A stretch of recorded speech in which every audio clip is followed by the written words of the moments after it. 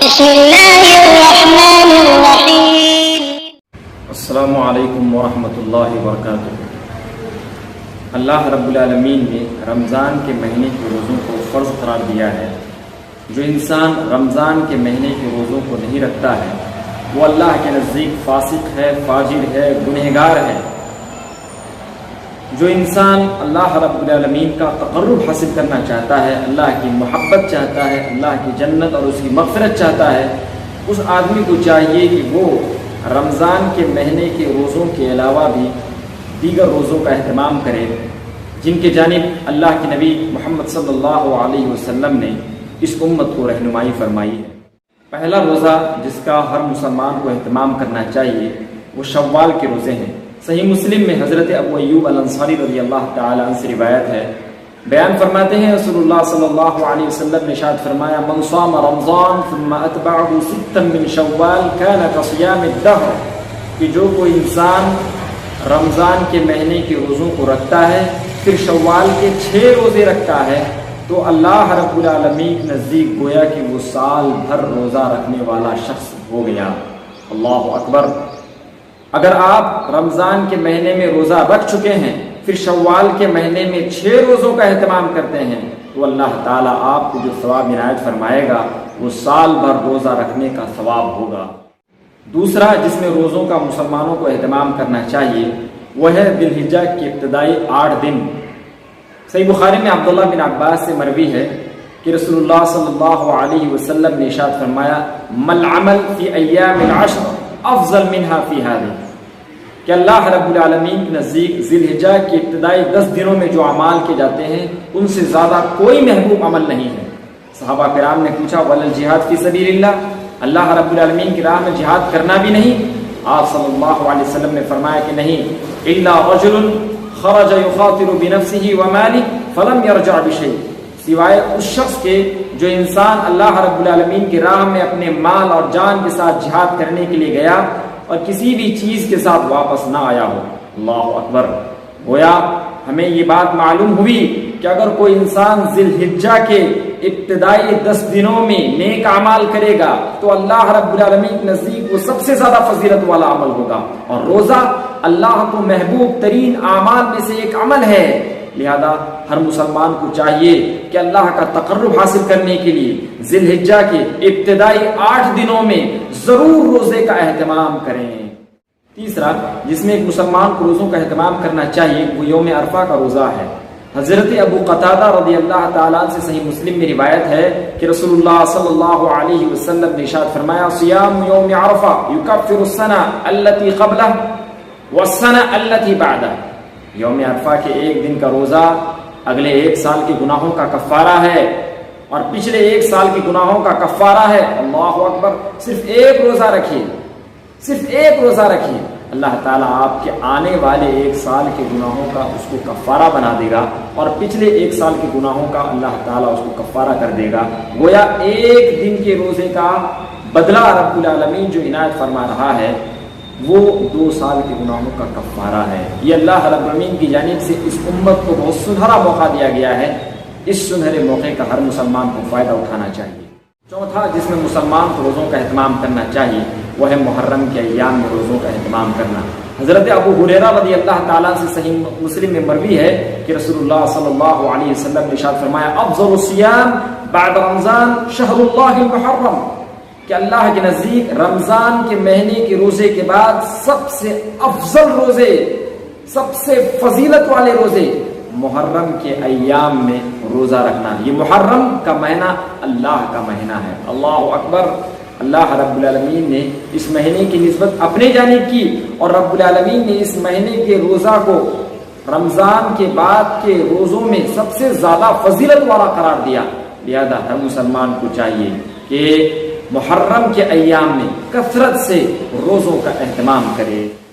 پانچواں جس میں ایک مسلمان کو روزے کا اہتمام کرنا چاہیے وہ ہے یوم عاشورہ کا روزہ۔ یوم عاشورہ کے روزے کی فضیلت کے سلسلے میں صحیح مسلم میں حضرت ابو قتادہ رضی اللہ تعالیٰ عنہ سے مروی ہے، رسول اللہ صلی اللہ علیہ وسلم نے ارشاد فرمایا، صیام یوم عاشورہ یکفر السنہ التی قبلہ، یوم عاشورہ کے روز 1 دن کا روزہ رکھنا 10 محرم کی تاریخ کا روزہ رکھنا اللہ رب العالمین کے نزدیک اگلے 1 سال کے گناہوں کا کفارہ ہے۔ اللہ اکبر۔ امید ہے کہ رب العالمین آپ کے اگلے 1 سال کے گناہوں کو معاف فرما دے گا صرف ایک روزے کی بدولت۔ لہذا یوم عاشورہ کے روز ہر مسلمان کو روزے کا اہتمام کرنا چاہیے۔ چھٹا جس میں ایک مسلمان کو روزے کا اہتمام کرنا چاہیے وہ یوم عاشورہ کا روزہ ہے۔ چنانچہ حضرت عبداللہ بن عباس سے صحیح مسلم میں روایت ہے، رسول اللہ صلی اللہ علیہ وسلم نے ارشاد فرمایا لئن بقیت الی قابل لأصومن التاسع، اگر میں اگلے سال زندہ رہا تو میں ضرور محرم کی 9ویں تاریخ کا روزہ رکھوں گا۔ یہ نبی صلی اللہ علیہ وسلم کی چاہت تھی، لہذا ہر مسلمان کو یہ چاہیے کہ نبی صلی اللہ علیہ وسلم کی چاہت کو سامنے رکھتے ہوئے یوم عاشورہ کے روزہ کے ساتھ ساتھ 9ویں تاریخ کا بھی روزہ رکھ لے۔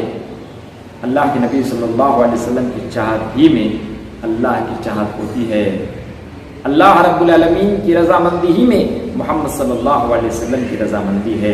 لہذا آدمی کو چاہیے کہ 9ویں تاریخ کے ساتھ ساتھ 10ویں تاریخ کے روزے کا اہتمام کرے۔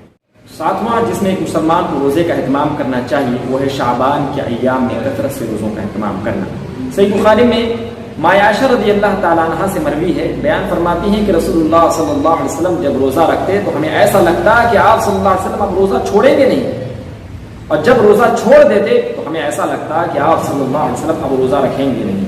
لیکن آپ صلی اللہ علیہ وسلم رمضان کے 1 مہینے کو چھوڑ کر کے کسی بھی مہینے میں مکمل روزے کا اہتمام نہیں کرتے تھے۔ وما رأیتہ اکثر، لیکن اللہ کے نبی صلی اللہ علیہ وسلم کو یہ دیکھا گیا کہ آپ صلی اللہ علیہ وسلم شعبان کے مہینے میں بہت زیادہ کثرت کے ساتھ روزوں کا اہتمام کرتے تھے۔ معلوم یہ ہوا کہ اللہ کے نبی کی اتباع میں امتی کو چاہیے کہ وہ شعبان کے ایام میں کثرت سے روزوں کا اہتمام کرے۔ 8واں جس میں ایک مسلمان کو روزے کا اہتمام کرنا چاہیے وہ ہے پیر اور جمعرات کا روزہ۔ حضرت اسامہ بن زید سے سنن ابی داؤد کی روایت میں مروی ہے کہ رسول اللہ صلی اللہ علیہ وسلم یوم الاثنین اور یوم الخمیس کے روز کثرت سے روزہ رکھا کرتے تھے۔ کان رسول اللہ صلی اللہ علیہ وسلم۔ 8واں جس میں ایک مسلمان کو روزوں کا اہتمام کرنا چاہیے وہ ہے پیر اور جمعرات کا روزہ۔ سنن ابی داؤد میں حضرت اسامہ بن زید رضی اللہ تعالیٰ سے مروی ہے، بیان فرماتے ہیں کان رسول اللہ صلی اللہ علیہ وسلم یصوم یوم الاثنین و یوم الخمیس، کہ رسول اللہ صلی اللہ علیہ وسلم پیر اور جمعرات کے روز روزہ رکھا کرتے تھے۔ جب آپ صلی اللہ علیہ وسلم سے اس بابت پوچھا گیا تو فرمایا ان اعمال العباد تعرض یوم الاثنین و یوم الخمیس، کہ بے شک بندوں کے اعمال اللہ رب العالمین کی بارگاہ میں پیر اور جمعرات کے روز پیش کی جاتے ہیں۔ معلوم یہ ہوا کہ جو کوئی آدمی اس بات کو پسند کرتا ہے کہ اللہ رب العالمین کے یہاں اس کے اعمال اس حال میں پیش کی جائے کہ وہ روزے دار ہو، تو اس آدمی کو چاہیے کہ وہ پیر اور جمعرات کے روز اللہ کے نبی صلی اللہ علیہ وسلم کی اتباع میں کثرت سے روزوں کا اہتمام کرے۔ 9واں جس میں ہر ایک مسلمان کو روزے کا اہتمام کرنا چاہیے وہ ہے ہر مہینے 3 دن کا روزہ۔ صحیح بخاری میں حضرت ابو ہریرہ رضی اللہ تعالیٰ سے مروی ہے، بیان فرماتے ہیں اوصانی خلیلی بثلاث لا ادعہن حتی اموت، کہ میرے خلیل نے جس سے میں اپنی جان سے بھی زیادہ محبت کرتا ہوں انہوں نے مجھے 3 باتوں کی وصیت کی کہ میں موت تک ان 3 باتوں میں سے کسی ایک کو نہ چھوڑوں، اور فرمایا کہ اللہ کے نبی صلی اللہ علیہ وسلم نے مجھے اس بات کی وصیت کی کہ ہر مہینے میں 3 دن کا روزہ رکھوں اور ہر روز چاش کی نماز پڑھوں اور سونے سے پہلے ہر روز وتر کی نماز پڑھوں۔ معلوم یہ ہوا کہ اللہ کے نبی صلی اللہ علیہ وسلم کی وصیتوں میں سے ایک وصیت یہ رہی ہے کہ ہر مہینے 3 دن کا روزہ رکھا جائے۔ ماں عائشہ رضی اللہ تعالیٰ عنہا سے صحیح مسلم میں مروی ہے کہ ان سے پوچھا گیا کہ یہ روزوں کا اہتمام کیسے کریں؟ فرمایا کہ اللہ کے نبی صلی اللہ علیہ وسلم روزوں کا اہتمام کیا کرتے تھے، لم یکن یبالی، لیکن آپ صلی اللہ علیہ وسلم دن کا پرواہ نہیں کرتے تھے کہ وہ کون سا دن ہے، پہلا عشرہ ہے یا دوسرا عشرہ ہے یا پھر چاند کے مہینے کا تیسرا عشرہ ہے۔ آپ صلی اللہ علیہ وسلم کوئی پرواہ نہیں کرتے تھے، بغیر کسی پرواہ کے آپ صلی اللہ علیہ وسلم کسی بھی ایام میں کسی بھی عشرے میں روزے کا اہتمام کر لیتے تھے۔ معلوم یہ ہوا کہ آدمی جو 3 دن کا روزہ رکھنا چاہتا ہے وہ کسی بھی روز گیپ کر کے بھی اور بلا کسی گیپ کے بھی آدمی کسی بھی روز روزہ رکھ سکتا ہے۔ نمبر 10 جس میں ایک مسلمان کو روزوں کا اہتمام کرنا چاہیے وہ ہے ایام 20 کے روزے۔ سنن ابی داؤد میں ابن ملحان القیسی اپنے باپ سے روایت کرتے ہیں کہ رسول اللہ صلی اللہ علیہ وسلم ہمیں اس بات کا حکم دیا کرتے تھے یأمرنا ان نصوم 20 کہ ہم ایام بیز میں روزوں کا اہتمام کرے۔ پھر بیان فرماتے ہیں کہ ایام بیز چاند کے 13، 14 اور 15 تاریخ کو کہتے ہیں۔ پھر بیان فرماتے ہیں کہ نبی صلی اللہ علیہ وسلم نے ارشاد فرمایا ہن کہیئۃ الدہر، تمہارا ہر مہینے میں ایام بیز میں روزے رکھنا، 13، 14 اور 15 تاریخ کا روزہ رکھنا سال بھر روزہ رکھنے کے برابر ہے۔ اللہ اکبر۔ اگر کوئی آدمی چاہتا ہے کہ اللہ رب العالمین اس کے نام اعمال میں پورے سال کے روزوں کو لکھ دے تو اس آدمی کو چاہیے کہ وہ ہر مہینے کے 13، 14 اور 15 تاریخ کے روزوں کا اہتمام کرے۔ 11واں جس میں ایک مسلمان کو روزوں کا اہتمام کرنا چاہیے وہ ہے ایک دن کا روزہ رکھے اور ایک دن کا روزہ چھوڑ دے۔ اس سلسلے میں عبداللہ بن عمرو بیان فرماتے ہیں کہ اللہ کے نبی صلی اللہ علیہ وسلم نے ان سے ارشاد فرمایا فصوم یوما وافطر یوما فذلك صيام داؤد علیہ الصلوۃ والسلام وهو افضل الصيام، کہ ایک دن کا روزہ رکھ لو اور ایک دن افطار کر لو، اور یہ داؤد علیہ الصلوۃ والسلام کا روزہ ہے جو اللہ کے نزدیک سب سے زیادہ فضیلت والا روزہ ہے۔ انہوں نے کہا ہے اللہ کے نبی میں اس سے بھی زیادہ روزہ رکھنے کی طاقت رکھتا ہوں۔ آپ صلی اللہ علیہ وسلم نے فرمایا لا افضل من ذلك، اس سے زیادہ فضیلت والا کوئی روزہ نہیں ہے۔ اللہ اکبر۔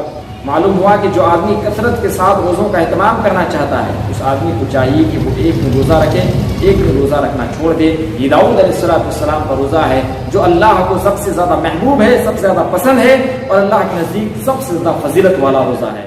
نمبر 12 جس میں انسان روزہ رکھ سکتا ہے وہ یہ ہے کہ آدمی کسی بھی روز ایک دن کا روزہ رکھ لے، کسی بھی روز ایک دن کا روزہ رکھنا۔ اس سلسلے میں امام ابن حزم رحمۃ اللہ علیہ نے اجماع نقل کیا ہے کہ کوئی بھی مسلمان جو ایک دن کا روزہ رکھنا چاہتا ہے وہ کسی بھی روز روزہ رکھ سکتا ہے سوائے شک والے دن کے، جمعہ کے دن کے اور عیدین کے دن کے اور ایام تشریق کے دن کے۔ معلوم ہوا کہ اگر آدمی روزہ رکھنا چاہتا ہے تو شک والے دن روزہ نہیں رکھ سکتا ہے، یعنی رمضان کے شروع ہونے سے 1 یا 2 دن پہلے۔ اسی طریقے سے جمعہ کے روز روزہ نہیں رکھ سکتا ہے۔ اسی طریقے سے عیدین، عید الفطر، عید الاضحیٰ کے روز روزہ نہیں رکھ سکتا ہے۔ اسی طریقے سے عید الاضحیٰ کے بعد 3 دن جو ایام تشریق ہوتے ہیں 11، 12، 13، ان ایام میں بھی مسلمان روزہ نہیں رکھ سکتا ہے، ورنہ کسی بھی دن جس دن وہ روزہ رکھنا چاہے وہ روزہ رکھ سکتا ہے۔ ابن حزم رحمۃ اللہ علیہ نے اس سلسلے میں اجماع نقل کیا ہے۔ اللہ تعالیٰ سے دعا ہے کہ رب العالمین ہمیں اپنے روزے دار بندوں میں شامل فرمائے۔